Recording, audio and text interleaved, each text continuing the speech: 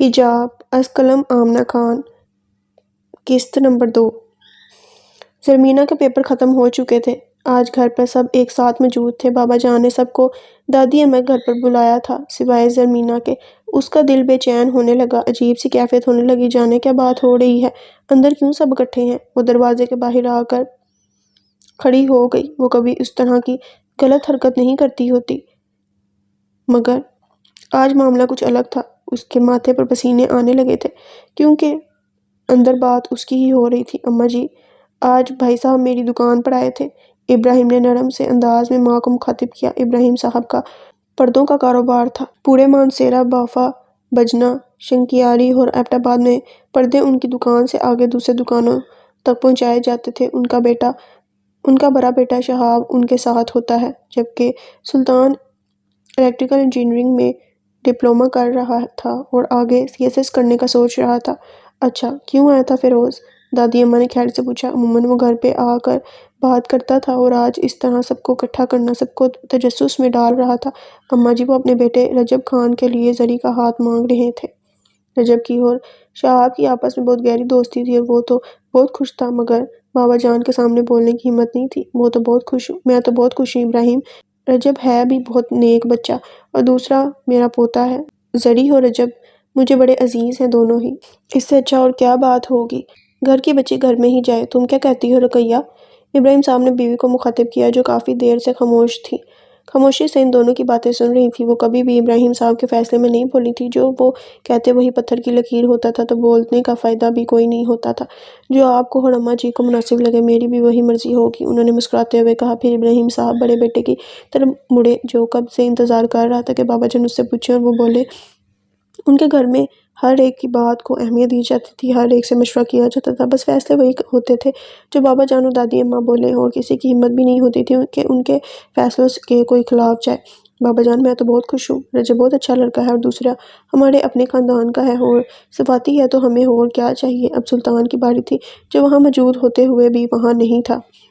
وہ کچھ سوچ رہا تھا۔ سلطان، ابراہیم صاحب نے 2 دفعہ اسے کو پکارا تھا۔ جی بابا جان جی، اس نے جلدی جلدی جواب دیا۔ کدھر گم ہو تم؟ سن رہے ہو نا ہم کیا کہہ رہے ہیں؟ انہوں نے غصے سے اس کو کہا۔ غصہ تو سواتیوں کی ناک پر ہوتا ہے ہمیشہ۔ جی بابا جان، میں سوچ رہا ہوں ایک دفعہ اگر زری سے بھی۔ اس نے بات کو آدھا چھوڑا اور گردن جھکا لی، جیسے اس نے بہت زیادہ غلط بات کر دی ہو۔ اس سے پوچھنے کی کیا ضرورت ہے؟ جب بابا جان نے فیصلہ کر دیا ہے تو۔ شہاب نے آرام سے بھائی کو بولا اور آنکھوں ہی آنکھوں میں چپ ہونے کا کہا۔ نہیں، میرا وہ مطلب نہیں تھا لالا گل، جو بھی تھا اب چپ۔ اماں نے بات کو سنبھالتے ہوئے کہا، میں زری کو بتا دوں گی اس کے بابا جان کا کیا فیصلہ ہے۔ ویسے بھی اس کے امتحان ختم ہو گئے ہیں آج۔ وہ اپنے کمرے میں بیٹھی تھی، اس کو لگا وہ کوئی خواب دیکھ رہی ہے۔ ایسا کچھ نہیں ہوا، اس نے ایسا کچھ نہیں سنا جس سے اس کے پیروں کے نیچے سے زمین نکل جائے۔ وہ گمسم سی بیڈ کے ساتھ ٹیک لگائے آنکھیں بند کیے بیٹھی تھی۔ امی نے دروازہ کھولا اور اندر آئی۔ زری، کیا ہوا ہے بچے؟ انہوں نے اس کی آنکھوں کو غور سے دیکھا، جن میں گہرائی کی حدیں تھیں۔ زری، انہوں نے اس کو بازو سے پکڑ کر پیار سے ہلایا۔ کیا ہوا ہے بچے؟ وہ جو بات اس کو بتانے آئی تھی سب بھول گئی تھی۔ اماں، میں یونیورسٹی پڑھنا چاہتی ہوں، اس نے چہرے پہ بغیر کچھ تاثر دیے بولا۔ کیا؟ انہوں نے حیرت سے پوچھا۔ کیا کہنا چاہ رہی ہو تم ہوش میں تو ہو نا زرمینہ؟ انہوں نے پریشان ہوتے ہوئے ان سے پوچھا۔ وہ جو بالکل مگن سی بیٹھی تھی، جیسے کوئی بڑا فیصلہ کرنا چاہ رہی ہو۔ ہاں، میں ہوش میں ہوں اماں، میں پڑھنا چاہتی ہوں آگے۔ زری، ہوش میں نہیں ہو تم بالکل بھی۔ انہوں نے سختی سے اس کو دیکھا اور بولی، تمہارے بابا جان نے رجب خان سے تمہاری شادی کا فیصلہ کر لیا ہے اور تمہیں آگے یونیورسٹی پڑھنا ہے۔ وہ تھوڑی آگے ہوئی، اس نے ماں کا ہاتھ پکڑا، ان کے کندھے پر سر رکھا اور کپکپاتے ہونٹوں سے بولی، ماں، مجھے نہیں کرنی ابھی شادی۔ رجب بھائی کو تو میں اپنا بھائی سمجھتی ہوں، بالکل لالا گل کی طرح، اس نے بچوں کی طرح روتے ہوئے کہا۔ ماں کا دل پگھلا۔ اس نے ان کا سر کاندھے سے ہٹا کر گودی میں رکھا۔ زری، میرا بچہ ایسے نہیں روتے۔ رجب بہت اچھا لڑکا ہے، خوش شکل ہے، عزت کرنے والا ہے، اپنا کاروبار ہے ان کا، ہے ہی کون ان کے گھر میں، وہ پلوشہ اور ان کے ماں باپ بس۔ تم بہت خوش رہو گی وہاں، انہوں نے بیٹی کے بالوں میں ہاتھ پھیرتے ہوئے کہا، نرمی سے اس کا ماتھا چوما۔ ماں، آپ چاہتی ہیں نا میں رجب بھائی سے شادی کر لوں؟ میں کر لوں گی، بس مجھے یونیورسٹی جانے کی اجازت دلوا دیں، اس نے بچوں کی طرح روتے ہوئے کہا۔ زری، فضول کی ضد نہ کرو، تمہیں اچھے سے پتا ہے تمہارے بابا جان کے فیصلے کے آگے میں نہیں بول سکتی، انہوں نے بے بسی سے بیٹی کو سمجھایا، لیکن بیٹی میں بھی ان کا ہی خون تھا، وہ کدھر اتنی آسانی سے ہار مان جاتی، اسے سوچ لیا تھا اس نے آگے کیا کرنا ہے۔ اماں جی، رقیہ بیگم پریشانی سے اماں کے پاس آئیں، ان کی سمجھ میں نہیں آ رہا تھا وہ ان کو کیسے بتائیں، اپنے شوہر کو بتانا مطلب طوفان کو خود دعوت دینا، وہ ویسے بھی ابراہیم صاحب سے بہت ڈرتی تھی، اپنے بچوں کے حوالے سے ان سے اتنی بات نہیں کرتی تھی، ان کو پتہ تھا ان کو کچھ بتانا مطلب خود طوفان کو اپنے گھر کا راستہ بتانا۔ کیا ہوا ہے بچے، کچھ بولو تو۔ رقیہ بیگم دادی اماں کے بھائی کی بیٹی تھی، وہ دونوں آپس میں ساس بہو والا رویہ بالکل بھی نہیں رکھتی تھی، وہ ماں بیٹی جیسی تھی، رقیہ ان سے آسانی سے بات کر سکتی تھی۔ اماں جی، اس نے بے حد پریشانی سے بات شروع کی، ارے بولو تو، کیا بات ہے موڑا، ایک تو جب تم اتنا ڈر ڈر کر بات شروع کرتا ہے نا، میرے بھائی کی اولاد تو لگتا ہی نہیں ہے تم۔ اماں جی، وہ بات ہی ایسی ہے، انہوں نے ماتھے سے پسینہ صاف کرتے ہوئے کہا، یہ پسینہ گرمی کی وجہ سے نہیں تھا بلکہ اس طوفان کی وجہ سے تھا جو ان کے گھر آنے والا تھا۔ اماں جی، وہ زری نے رشتے سے انکار کر دیا ہے، انہوں نے ماتھے پر ہاتھ رکھتے ہوئے کہا۔ یہ کیا کہہ رہا ہے تم، پاگل تو نہیں ہو گیا ہے زرمینہ، کیوں نہیں کرنا اس کو رجب سے شادی؟ اماں جی، زری سے بہت محبت کرتی تھی مگر اس کی اس بات نے ان کو بھی ہلا دیا تھا، تم پوچھو تو اس سے، وہ انکار کیوں کرتا ہے؟ پوچھا ہے اماں جی، زری کہتی ہے اس کو آگے یونیورسٹی میں پڑھنا ہے، یہ لڑکی پاگل ہو گیا ہے۔ اماں جی قدرے غصے کی حالت میں چلائی تھی، تم رکو، میں خود بات کرتی ہے اس سے، زری باہر آؤ۔ دادی اماں غصے سے چلائی تھی، دن کو گھر پہ کوئی نہیں ہوتا تھا سوائے دادی اماں رقیہ کے، اب زری کے امتحان بھی ختم ہو گئے تھے تو وہ بھی گھر پہ ہوتی تھی، وہ آسانی سے اس سے بات کر سکتی تھی۔ جی اماں جی، وہ جلدی سے آئی اور ان کے پاس آ کے بیٹھی۔ کیا ہوا ہے موڑا؟ کس کو دادو؟ وہ اتنے پرسکون انداز میں پوچھ رہی تھی جیسے کچھ ہوا ہی نہ ہو، مگر اندر سے وہ ہی جانتی تھی کہ اگر اس کا یہ پلان فلاپ ہو گیا تو اس کا کیا حال ہوگا، کل کے بجائے آج ہی شادی ہو کے رخصت ہونا پڑے گا۔ دل ہی دل میں وہ دعا کر رہی تھی، اللہ جی میرے ساتھ ہو نا پلیز، مجھے اس مشکل سے نکالنا پلیز۔ دادی اماں نے اس کو بہت غور سے دیکھا، تمہیں لگتا ہے تمہارے نہ کرنے سے کسی پہ کوئی فرق پڑے گا؟ اور یونیورسٹی، تم پاگل ہو گیا ہے کیا؟ نہیں دادی اماں، بالکل بھی نہیں پاگل ہوئی میں، اس نے اسی پرسکون انداز میں کہا۔ اپنے باپ کا نہیں پتہ تمہیں، زندہ زمین میں اتار دے گا۔ دادی اماں نے بہت سخت انداز میں اس کو کہا، عموماً وہ اتنے سخت انداز میں بات نہیں کرتی ہوتی، مگر آج ان کو اس کی اس بات نے بہت دکھ دیا تھا کہ اس نے رشتے سے انکار کر دیا ہے۔ زری، بدتمیزی کی بھی حد ہوتی ہے، اتنے وقت کی چپ اماں اب بولے بغیر نہ رہ سکی۔ اماں، میں بدتمیزی نہیں کر رہی، اپنا حق استعمال کر رہی ہوں، اگر آپ نے میری رجب بھائی سے شادی کروانی ہے تو مجھے یونیورسٹی کی اجازت دلوائیں۔ اس کی رگوں میں بھی ان کا ہی خون تھا، اماں کی طرف سے وہ جہانگیری تھی اور بابا کی طرف سے سبدہنی تھی، ضد اس کے خون میں تھی۔ یہ کیسا ضد ہے زرمینہ؟ دادی اماں نے پریشانی سے بہو کو دیکھا۔ بس دادی اماں، آپ اس کو کچھ بھی کہیں، بس بات یہ ہی ہے۔ وہ یہ کہہ کر اٹھ کر چلی گئی، اس کو پتہ تھا تیر بالکل نشانے پر لگا ہے۔ اماں اور دادی اماں اس کو بابا جان کے سامنے کبھی ذلیل نہیں کریں گی، وہ بابا جان کے فیصلے کے خلاف اس کو کبھی بھی نہیں جانے دیں گی۔ وہ دونوں اب گہری سوچ میں پڑ گئی تھیں، ان کو اپنے بیٹے کا بہت اچھے سے پتہ تھا اور اس کی اولاد کا بھی۔ ضد پہ تو وہ تینوں اپنے باپ پہ گئے تھے۔ آج رات کو ہی فیروز صاحب اپنی بیگم و بیٹی کے ہمراہ باقاعدہ رشتہ لے کر آئے تھے، ان کا رواج تھا جب بھی رشتے کے لیے جاؤ تو پھلوں کی ٹوکری ساتھ لے کر جاتے۔ الوشا زرمینہ کے پاس آئی تھی، وہ رجب سے بہت چھوٹی تھی، زرمینہ سے بھی 2-3 مہینے چھوٹی ہی تھی وہ۔ زری، تم خوش تو ہو نا؟ اس نے اس کے چہرے کو دیکھ کر انتہائی تشویشناک انداز میں پوچھا۔ بابا جان خوش ہیں تو میں بھی خوش ہوں، اس نے سرسری سے جواب دیا، جیسے وہ مزید اس سے اور کوئی بات نہ کرنا چاہ رہی ہو، مگر وہ بھی پلوشا تھی، کدھر چپ رہ سکتی تھی جبکہ اس کو ایسا لگے کہ اس کے بھائی کے لیے جو لڑکی مانگ رہے ہو وہ خوشی نہیں۔ زری، تم کسی اور کو پسند کرتی ہو؟ اس نے اس کے چہرے کو مکمل دیکھتے ہوئے کہا۔ زری کو لگا جیسے اس کے پیروں کے نیچے سے کسی نے زمین چھین لی ہو، اس کے سر سے کسی نے چادر اتاری ہو۔ اس نے بہت حیرت سے اس کو دیکھا۔ کیا کہا ہے تم نے؟ پھر سے کہنا ایک دفعہ، اس نے اس قدر غصے سے پوچھا تھا کہ پروشا کو خود ہی اپنے سوال پہ شرمندگی ہونے لگی۔ اڑے میں تو مذاق کر رہی تھی۔ وہ شرمندگی کو مٹانے کے لیے پھیکا سا مسکرائی اور وہاں سے اٹھ کے دادی اماں کے پاس گئی جدھر سب بڑے بیٹھے تھے۔ اماں، آپ کچھ بول نہیں رہی؟ فیروز خان نے حیرت سے ان کو دیکھا۔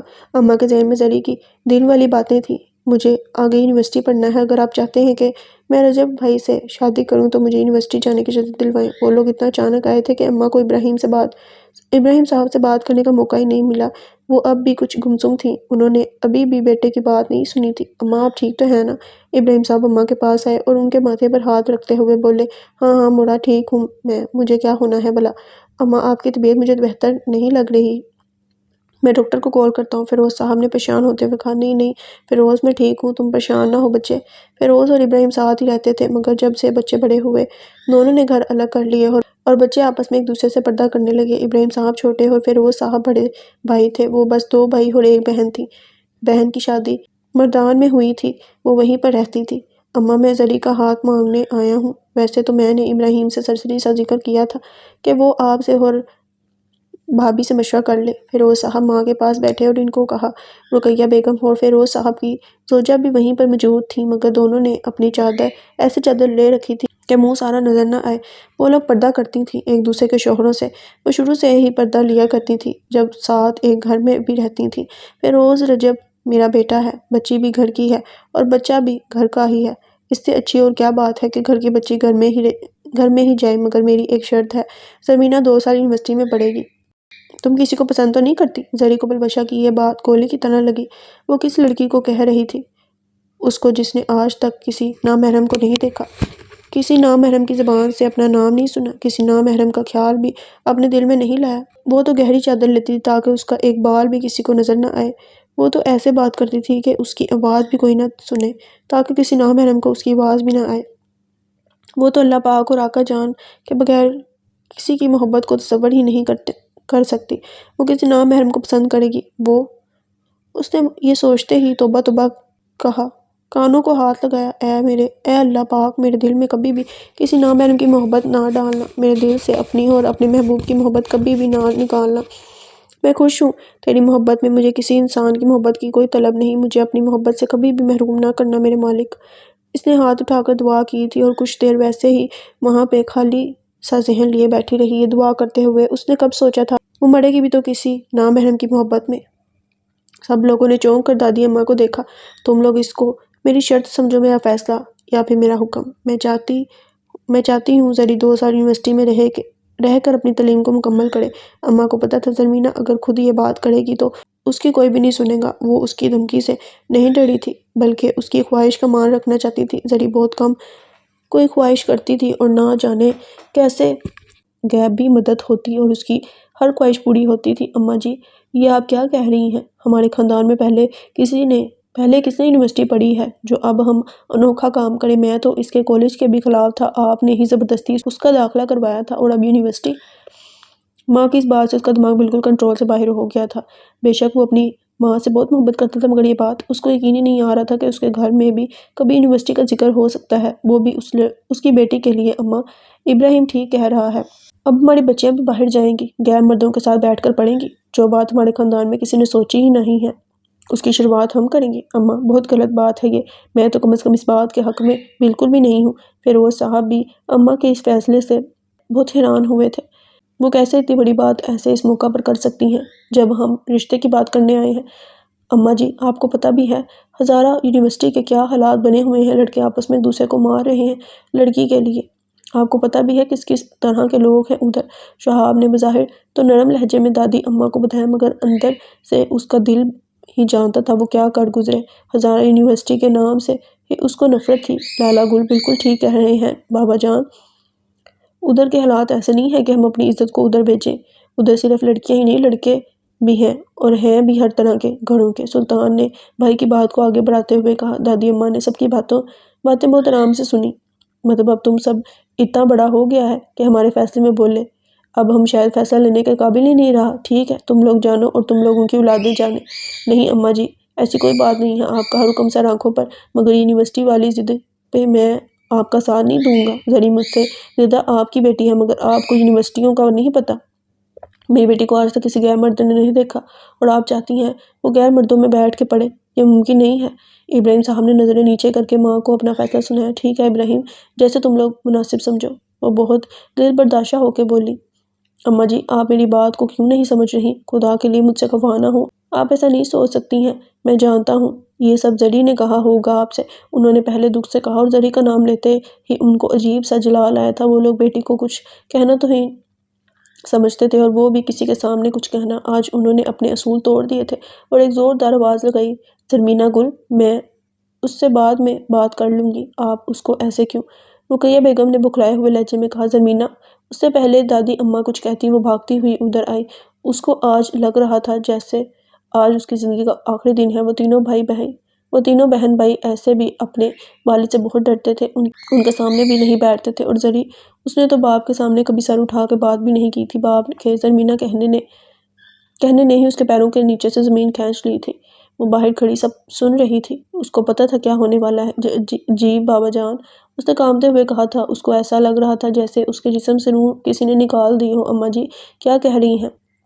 فیروز صاحب نے اسی انداز میں پوچھا جس انداز میں انہوں نے اس کو بلایا تھا، بس آواز میں پہلے کی نسبت تھوڑی سی نرمی آئی۔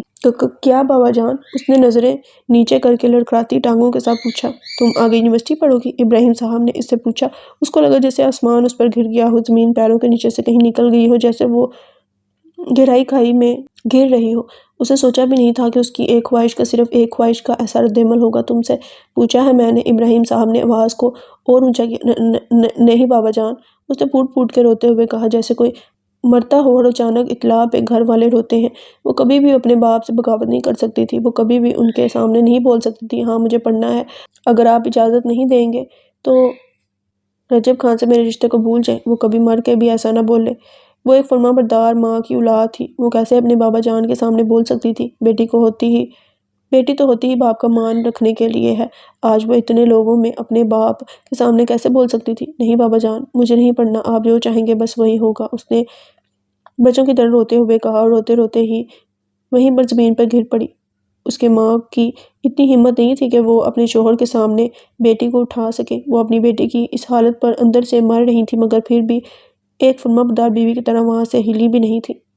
اماں پوتی کی یہ حالت دیکھ کر چپ نہ رہ سکی۔ ابراہیم، انہوں نے اتنے حکم مندانہ لہجے سے بیٹے کو مخاطب کیا تھا کہ وہ اس کے بعد کچھ بولنے کے قابل ہی نہیں رہا تھا۔ ان کے خاندان میں ایسا ہی ہوتا تھا، ماں باپ چارپائی سے اٹھ بھی نہ سکتے ہوں، اور اولاد کتنی ہی بوڑھی کیوں نہ ہو جائے، ماں باپ کے سامنے وہ نظریں بھی نہیں اٹھا سکتے تھے۔ یہی حال ابراہیم صاحب کا تھا، اور یہی حال ان کی اولاد کا بھی تھا۔ رقیہ، زرمینہ کو اس کے کمرے میں لے کے جاؤ، انہوں نے رقیہ بیگم کو دیکھتے ہوئے کہا، جو دور کونے میں بے جان سے کھڑی اپنی بیٹی کی حالت دیکھ رہی تھی۔ وہ بھاگتی ہوئی زرمینہ کے پاس آئی، جو زمین بے حال سی بیٹھی تھی۔ زری میرے بچے، انہوں نے اس کو روتے ہوئے ماتھے پہ پیار کیا، اٹھ جاؤ میرے بچے۔ اس کو اس کے دونوں کوہنیوں سے پکڑ کے اوپر اٹھایا اور کمرے سے باہر لے گئی۔ وہ بے جان سی ان کے ساتھ چلتی رہی۔ یہ سارا منظر فیروز صاحب اور ان کی فیملی نے بخوبی دیکھا تھا۔ اماں اب ہمیں اجازت دیں، ہم پھر آئیں گے، فیروز صاحب نے ماں کو مخاطب کرتے ہوئے بولا۔ ان کو اب وہاں پہ رکنا مناسب نہیں لگ رہا تھا۔ بھائی صاحب، بہت شرمندہ ہوں میں آپ سے، ہم اس ہی مہینے زرمینہ اور رجب خان کا نکاح پڑھوا دیں گے، رخصتی بے شک ہم بعد میں کروا دیں گے، ابراہیم صاحب نے شدید غصے کی حالت میں بھائی کو کہا تھا، حالانکہ ان کا لہجہ پہلے سے بہت حد تک ٹھیک تھا۔ دادی اماں خاموشی سے بس سنتی رہی تھیں۔ جیسے تمہیں بہتر لگے ابراہیم، بیٹی بھی تمہاری ہے اور بیٹا بھی تمہارا ہے، فیروز صاحب نے بھائی کو بڑے پیار سے جواب دیا تھا۔ البتہ ان کی بیوی ان کے اس فیصلے سے بالکل بھی خوش نہیں لگ رہی تھی، مگر وہ وہاں پہ بول نہیں سکتی تھی۔ ان کے خاندان کا اصول تھا، جدھر مرد بولتے ہیں وہاں پہ عورت خاموش رہتی ہے۔ اماں، اس مہینے کی 25 تاریخ مناسب رہے گی، ابراہیم صاحب نے ماں کی طرف دیکھتے ہوئے کہا۔ آج انہوں نے پہلی بار ماں کے سامنے انکار کیا تھا، پہلی بار ماں کے ہوتے ہوئے اپنا فیصلہ کیا تھا۔ کہتے ہیں سباتی غصے میں کچھ نہ سوچتے ہیں نہ کچھ سمجھتے ہیں، بس فیصلہ کرتے ہیں۔ آج بھی ایسا ہی ہوا تھا، بغیر سوچے سمجھے حیا میں پلی بیٹی کا فیصلہ ہوا تھا۔